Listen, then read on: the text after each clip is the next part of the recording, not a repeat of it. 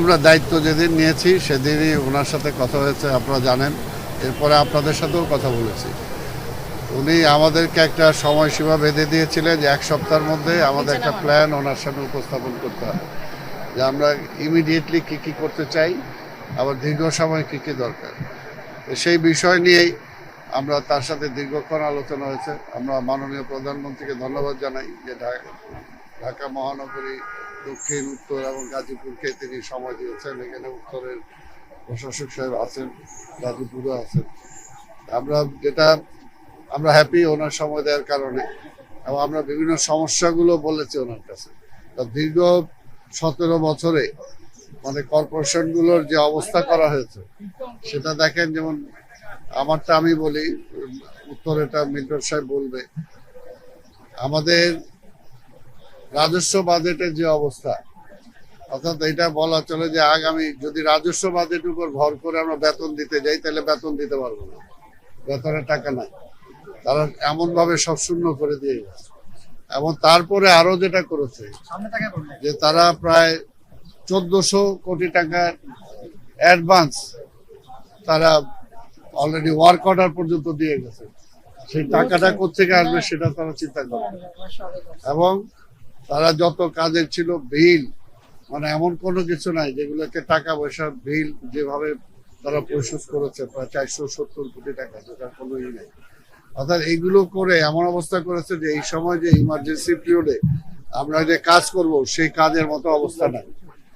আর আপনারা জানেন যে নির্বাচন ছিল, এর আগে আন্দোলন ছিল, গত কয়েক মাসে তো রাজস্ব খাতে যেভাবে কালেকশন মানে আসার কথা টাকা পয়সা, সেই অনুপাতে অন্যান্য বছরের তুলনায় এই বছর অনেক কম হয়েছে, যেটা হয়তো আমরা সামনে করতে পারবো।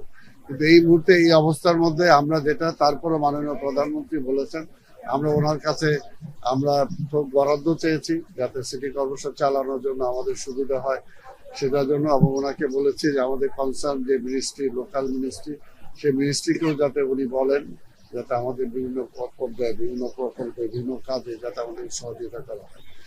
ওনার কথাটা হলো একটাই, যে পরিচ্ছন্ন ঢাকা এবং সবুজায়ন ঢাকা এবং মশার এই তিনটা বিষয়ের উপরে উনি জোর দিয়েছেন। এই তিনটা, সামনে যেহেতু বর্ষা আসতেছে এবং সামনে ডেঙ্গুর প্রকোপ বাড়বে, এই কারণে মশাকে যে কোনোভাবেই হোক মশাকে নিয়ন্ত্রণে আনতে হবে আর ক্লিন করতে হবে। ঢাকা শহর যে একটা বর্জ্যের একটা পুরা কারখানা হয়ে গেছিল, এটা আবর্জনা, এটা ডাম্প হয়ে গেছিল। সেটা থেকে আপনারা জানেন যে আমরা দায়িত্ব নেওয়ার পরে আমরা দক্ষিণ বা উত্তর বা গাজীপুর সবাই মিলে আমরা চেষ্টা করছি যাতে অতি দ্রুত অন্তত আমাদের বর্জ্য ব্যবস্থাপনার একটা সুন্দর ব্যবস্থা আমরা আনতে পারি। আর মশার ব্যাপারে আপনারা দেখেছেন, ইতিমধ্যে আমরা বিভিন্ন জায়গায় খাল খনন কর্মসূচি আমরা গ্রহণ করেছি এবং পরিষ্কার পরিচ্ছন্নতা অভিযান আমরা শুরু করেছি। এবং আমি ঢাকা শহর দক্ষিণে 1 মাসের জন্য একটা ক্রাশ প্রোগ্রাম আমরা দিয়েছি, যেটা মশক নিধন এবং পরিষ্কার পরিচ্ছন্নতা, কারণ দুইটাই রিলেটেড। এই দুইটা আমরা দিয়েছি। আর যেহেতু রাস্তাগুলো বললাম প্রায় রাস্তায় ভাঙা, আপনারা নিজেরাই দেখেন। কিন্তু ওই যে আমি তো ফান্ডের অবস্থা বললাম, এই অবস্থায় আমি কোন টাকা দিয়ে কি কাজ করাবো, এই হলো অবস্থা। এই জন্য আমি জনগণকেও ধৈর্য ধারণ করতে বলবো। এবং যে সমস্ত টেন্ডার ওয়ার্ক অর্ডার তারা দিয়েছে, আমি বলেছি যেগুলো আমাদের ইমার্জেন্সি দরকার, ইমিডিয়েট দরকার, সেগুলো আমি দেখে তারপরে সেগুলোর ব্যবস্থা নেব। এর আগে ঢালাও ভাবে তারা যে সমস্ত ওয়ার্ক অর্ডার দিয়েছে সেটার ভিত্তিতে কাজ করলে সিটি কর্পোরেশন কলাপস করবে, সেটার মধ্যে কোনোভাবে সেটা করা যাবে।